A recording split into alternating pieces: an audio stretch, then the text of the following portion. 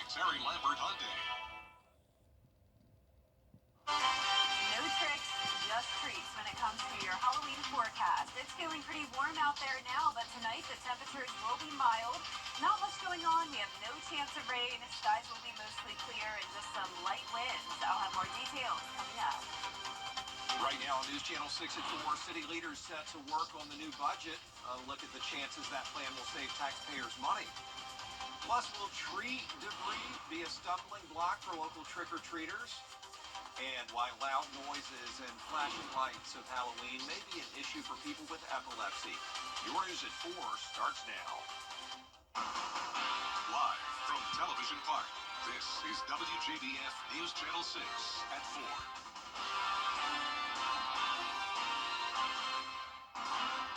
Hello, everybody. I'm Brad Means. Thanks for joining us. Coverage you can count on begins in Richmond County, where the sheriff's office is investigating 2 homicides in less than 24 hours.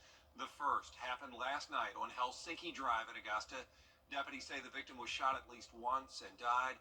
We do not know their name yet. The second crime happening this morning on Lumpkin Road. 59-year-old Michael Whitfield died at the scene. No information on a suspect has been released. State troopers investigating a deadly accident in Aiken County, where investigators say a four-wheeler collided with a van while attempting to cross Oscaga Lake Road at Breezy Hill. That's just west of Graniteville. Jeremy Willits was killed. He was driving the ATV. How will the recovery from Helene impact Augusta's brand new budget? Well, the plan holds spending at this year's level, but that means no increases for the sheriff or district attorney's offices. 10 years ago, the costs of cleaning up the ice storm resulted in a tax increase, but the mayor says there are ways to cut spending and not raise taxes. Creating the efficiencies, there's efficiencies to be found in this government, I assure you. And we're going to explore all those opportunities to make sure before we consider passing on any tax increase for our citizens that we've done our due diligence as elected officials to find opportunities to save money. Commissioners set to begin budget work sessions next week with the hope of approving the final version November 19th. It is time now for a first look at our weather. Chief Meteorologist Jenna Petracci joining us now. Beautiful scene behind you. Yeah, beautiful trees here. We've got the fall colors. We got a beautiful scene behind you too. We've got our faces on pumpkins. I love it. Are you visible in this one? We're right next to each other. Oh yeah, there we are. Looking good.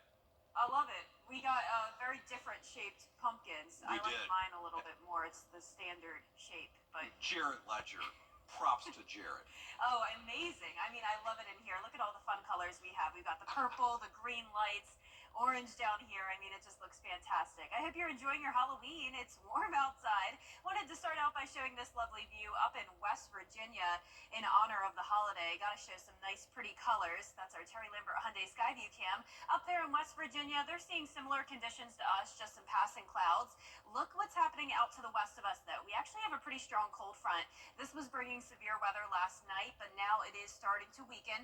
But nonetheless, still some heavy downpours there and a lot of rain stretching from the Midwest down to Texas. That may look like it's moving into our direction, but really it's going to fall apart by the time it continues to push towards the east. So we're going to keep things dry here. Low to mid 80s across the board. Augusta sensors out, but we're right around 82 to 83 degrees. 80 in Crawfordville, 81 in Edgefield, 82 in Aiken. And notice the relative humidity just around 40 to 50%. So overall pretty dry, just a few clouds. And the winds are coming in around 5 to 10 miles per hour. Right now seeing that 10-mile-per-hour wind in both Edgefield and Saluda. As we go through time tonight for your trick-or-treat forecast, the winds will start to get a bit weaker, staying partly cloudy, and then notice we're still in those mid-70s by 7 p.m., low 60s by around 11 o'clock tonight. Looking ahead here, we're going to keep those warm temperatures into the weekend and also staying dry. Coming up, I'll have a look at your 10-day forecast to see if we have a cool down coming our way or any rain. But back to you, Brad. All right, thanks, Jenna. More than 1,000 students from across the area turning out at the Columbia County Exhibition Center today for a spooky and safe Halloween event. Hannah Latier has the story. WJBF and our Giving Your Best partners are celebrating more than 30 years of Halloween with a Heart, where kids in special education classes get to trick-or-treat in a meaningful and inclusive way. It's the largest Halloween with a heart yet. We're up to about 75 programs, which is 20 more than last year. We have 15 more booths than last year, and we're also in a beautiful new building so we can accommodate the growth. More than 1,300 kids from Richmond, Columbia, Aiken, McDuffie, and Burt counties showed up with chaperones. There were superheroes, princesses, cartoon characters, and check this out, a whole roller coaster. It shows how wonderful our community throughout the CSRA really is to be able to think about making it special for those kids and making it something that's a meaningful and an enjoyable experience. We've had so many kids that have been interacting and excited to tell me what their favorite color is and all sorts of things all day long. The Science Co. booth was magically turned into Hogwarts. We're all big Harry Potter fans. We just had a little girl in a Slytherin costume, and she was like from way down. She was Harry Potter all the way. Some of the kids have certain sensitivities that prevent them from traditional door-to-door trick-or-treating. Columbia County Parks and Rec made sure to keep that in mind. We brought little balls for the kids that may not be sensory balls that may not be able to get candy, but we also brought chocolate for those that can do chocolate or non-chocolate candy for those that can't. So we just wanted to bring something for everybody. It's Mariah and her mom Kiani's third year coming to the event, and they loved every second of it. It's inclusive. That's my most important part, is that they get excluded sometimes. It gives them a chance to have fun without being in the chaos of getting right out of school and having to trick or treat. She's having a good time. She's got on her cowgirl costume and she's ready to ride. Love that. Happy Halloween, Mariah. Say happy Halloween. Happy Halloween! And don't worry if you didn't make it, because we plan on continuing to host and grow Halloween with a Heart for years to come. In Grovetown, Hina Latier, WJBF News Channel 6. Happy Halloween! Always such a wonderful event.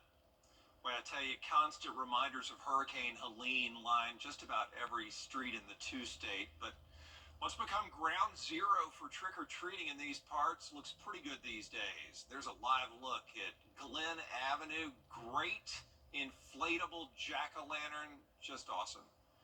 And you know that street is packed with trick-or-treaters every year. It's going to be jammed in just a couple of hours. But crews have done a great job of getting rid of most of the debris piles.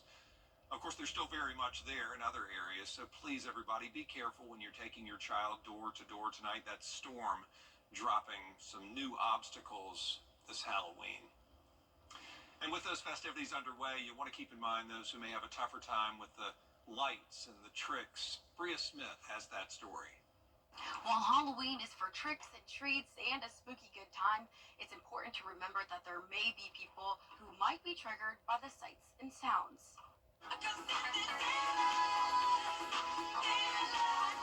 Wellstar MCG has an epilepsy center where they focus on helping children with their condition. One local physician says flashes of any kind and even jump scares can trigger someone with epilepsy.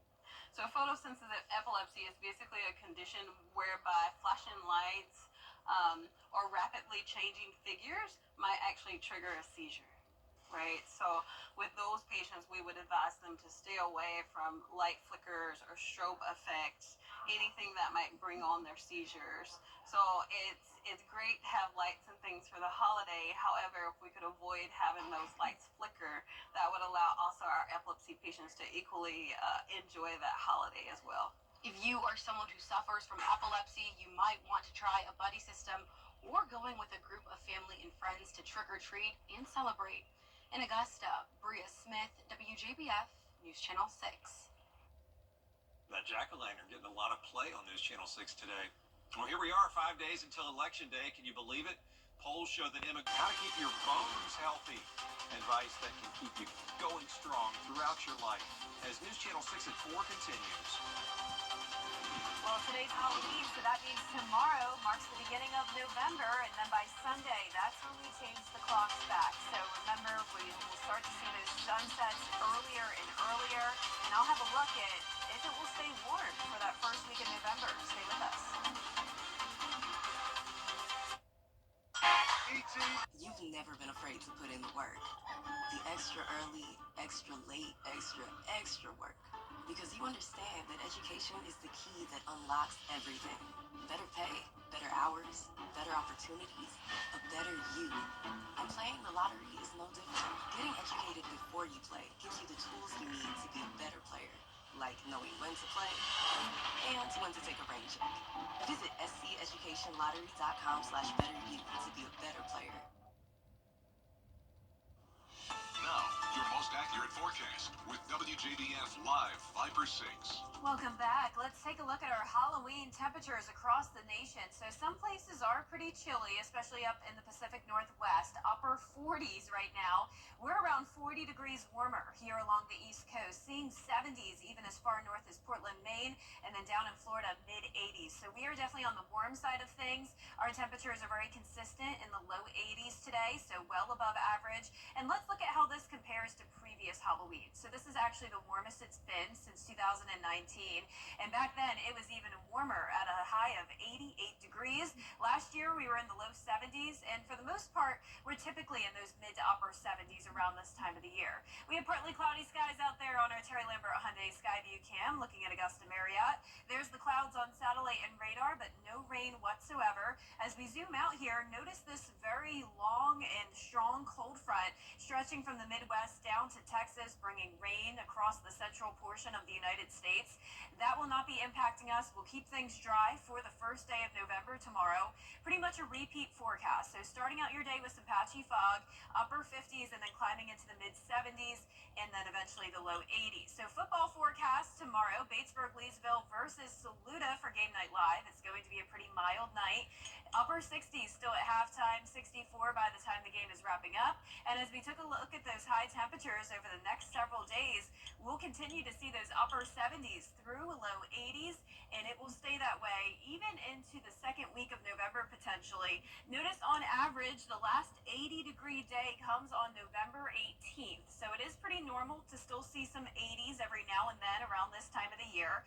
Last year, it happened on November 8th, which will come next week, and the earliest ever was back on October 12th. So that does vary a lot. And as for the drought monitor, we did get an update today, and no surprise, I'm sure, to all of you that we do have that first phase of drought across the board now due to the very dry conditions we had throughout the month of October. We're still at 0 inches of rain, so we did pick up that trace amount, but since that's not measurable, we're actually finishing off the month of October at that 0-inch mark. Now, as we go into next week, we'll start to introduce some rain chances, but it's all going to be very spotty and not a guarantee that you'll see some rain. Definitely not a lot to help us out with the drought.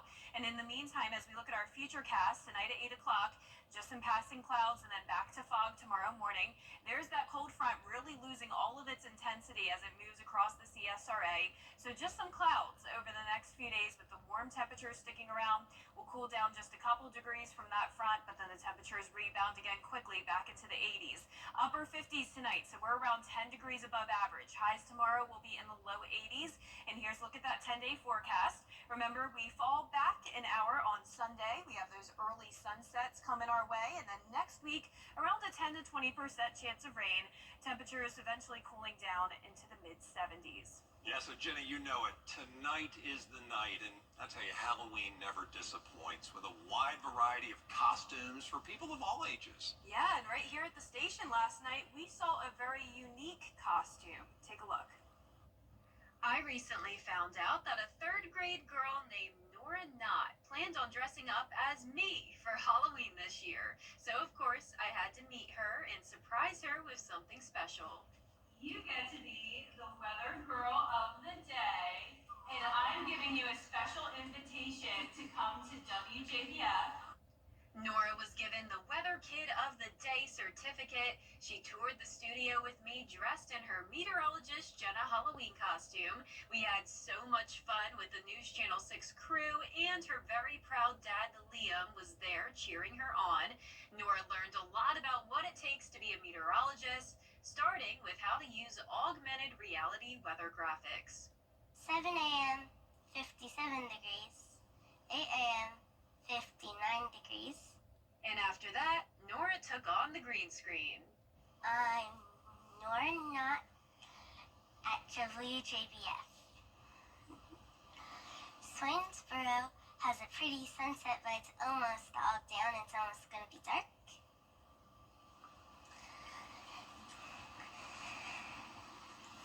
Aiken has a 75 degrees. Barnwell has a 77 degrees. On Sunday, it's going to be 79 degrees. Once Nora mastered her craft, she made her debut on WJBF by giving the final forecast.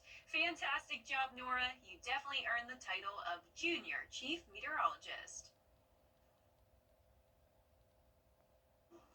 She is great. I love her so much. I'm ready for her to work here. I have to wait around 15 years, maybe? Probably 15-ish, yeah. But she looked ready to go now, and you did a great job of training her. Thank you. Before you put her on the air, and she was great. I think we need to switch when giving the tip to saying Augusta has an 82. I know. I love that. Right. And Aiken I love how has she loved Aiken. She pointed Yeah. Aiken out right Yeah. away. Aiken's got a 77. Aiken's got a 77. I love that, which they did when she pointed to it. Yeah, you can't say that's incorrect. I mean, it's Thank just you. a unique way to say it. Well, she has a bright future ahead, and you're so kind to take her under your wing. That was awesome. Hope to see her again. I told her she's welcome here anytime. Absolutely, Nora. We love you. This is Channel 6 at 4. Back in a moment. For those affected by the recent... There's more coverage you can count on at 4:30, including online pet scams. The warning from law enforcement. That is coming up in just a few moments. Plus, more top stories with Steve.